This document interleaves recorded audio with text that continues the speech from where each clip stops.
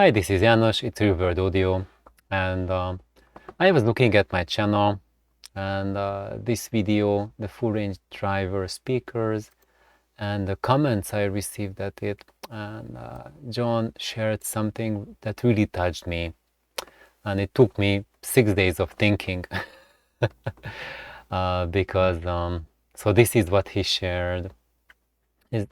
Hi János, I've been out of touch with your podcast for a few months because I moved from where my workshop was in southeastern Michigan to southwestern Michigan in the United States. I also had to abandon most of my power tools and speaker components. I now live in a small one-bedroom apartment in public senior housing. I'll be 65 February the 2nd, 2025. As usual, your presentation is very professional and informative. Thank you, John, and I'm quite thrilled by your comment, and really, I feel that there's an enthusiasm that you look forward for the next stage in your life, and it made me think a lot too, like what would be the ultimate stereo system that I would bring in if when I or if I or when I go into senior housing living, because a lot of people think that their final system is something like what I have in my bedroom. Can you see it? The big speakers there, the voice of Lancelot, but you cannot bring that into a one-bedroom apartment. So it means that when I get to that stage, then downsizing is in order. But and then some of you would think that, okay, in that case I get something smaller and just step back into a lower level of audio. But I don't think anyone needs to do that, and I don't think that you will be happy with an introductory system that nowadays people think as an introductory system. And I myself would not be happy with something like that. Maybe I would, but actually I would plan for a little bit more. So what so to make a long story short, what would I bring to a one-bedroom apartment if I had to downsize? First and foremost, I think something much more important than the audio system is the music itself, because you see behind me, all of those are records. So what I would do is just probably take about 1,000 or 2,000 records with me. So I would just like a couple of these Kallax size shelves, and then just get like 2,000 of my favorite records and bring those with me, and that would be my primary concern. And then I would organize that one bedroom with one wall, basically like stacking up with records, and on top of the record shelf I would put the stereo system and put the speakers next to on the two sides of the record shelf. And yeah, so that's how I would arrange it. I was thinking about that, and I would need speakers, and you would need speakers that I can place close to the wall, or maybe even on the wall, because if you have a one-bedroom apartment, you want to have living space for yourself as well. And also what I noticed that as we age, or listening tastes change, and when we are younger, then we go through that period in our lives where we want that pinpoint imaging, and that kind of extra showy sound, which is regarded as high-end today.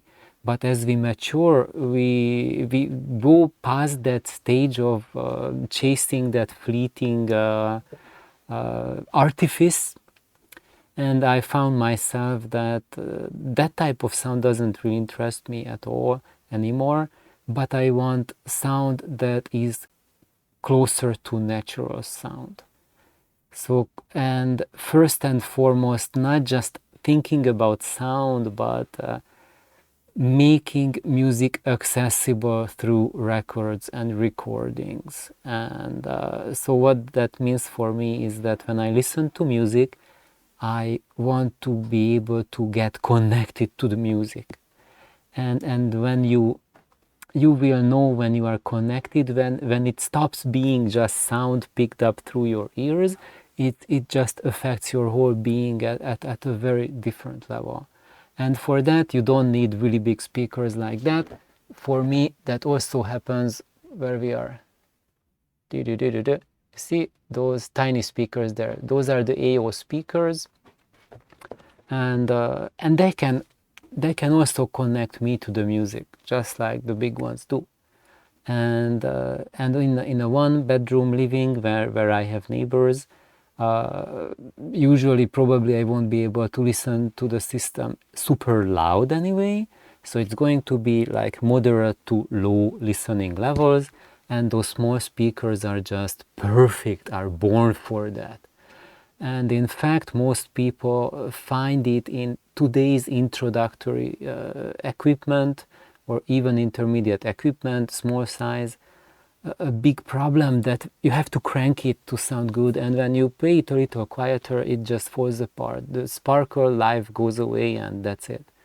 It's not enjoyable anymore. And these AOs are not like that. Even when you play them quieter, it's still just absolutely beautiful music, and you can listen to, I do listen to them even when playing like really quiet. So for example, I can play even like an OMD concert, an OMD live concert. That's what I listened to them a while ago, at just like a moderate level, and it really felt like I am there at the concert live. So those speakers actually also work extremely well when pushed right on the wall. Then they throw just a humongous soundstage and just transform a small one bedroom into almost like a giant hall. You can really enjoy even a concert with them, and it feels like your room is just expanding in every direction. And what would be the amplifier for that?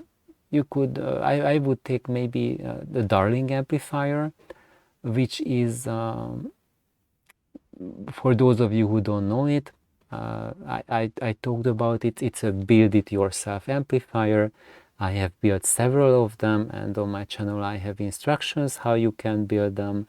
And it's less than 1 watt per channel output, so it's really, with these AO speakers, the small ones, it's just quiet listening. And sometimes even you might want to listen louder than that, but the absolute humongously huge advantage of the Darling amplifier is that it is extremely, beyond extremely stable, and when I will be like 60 plus years old, my top priority will be extreme reliability. And right now I have my main amplifier, which has like almost 800 volts DC in the power supply. When I'll be in my 60s, 70s, I won't deal with anything like that. I don't want to accidentally electrocute myself. I won't be pushing any kind of limits. I will scale down to 400 volts or less, or even 250 watts. If you have the Darling amps I recommend, they run on 250 watts, and that's just super safe compared to like a 5 to 800 volt range. And it's just a really beautiful amplifier, especially when you build it with really high quality transformers, very high quality parts, extremely simple amplifier, and it is just ridiculously stable. You can run it probably for at least 10 years without changing any tubes in it. It's that stable.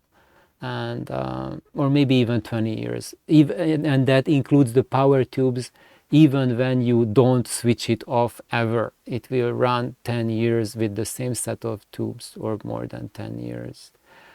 So I think that's my recommendation, and that was what I was thinking. If I would have the opportunity to listen to a little bit louder, and maybe you don't have the opportunity to build a darling amplifier for yourself, then my recommendation would be to just look at eBay, look around, and if you can get a Dynaco Stereo 35 amplifier, which is absolutely tiny, tiny, and I know the Stereo 70 is the more common amplifier, but it runs way hotter than the 35, and the tubes in the Stereo 70 cost a lot more. EL34, good quality EL34s are a lot more expensive than EL84s, and actually it's a better sounding amplifier than the Stereo 70, and I say that even though I don't have any Stereo 35s, but I have Stereo 70s, and I absolutely love the Stereo 70, and either that or the Stereo 35 is just an amplifier that you can live with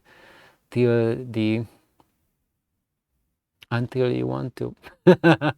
There's no age limit on the Stereo 70, and actually a lot of people, that's what they do. They go through the phase of going like that extreme high-end audio, and then they return back to a Stereo 70 or Stereo 35, and in the very near future I'm going to do a Stereo 70 video where I will share my experience with the Stereo 70, and I think that will be very, very interesting, and you will just love what I have to say about the Stereo 70. And so thank you, John, and I wish you the very best, and just enjoy, and you have now long years listening to music. Goodbye. Bye, team.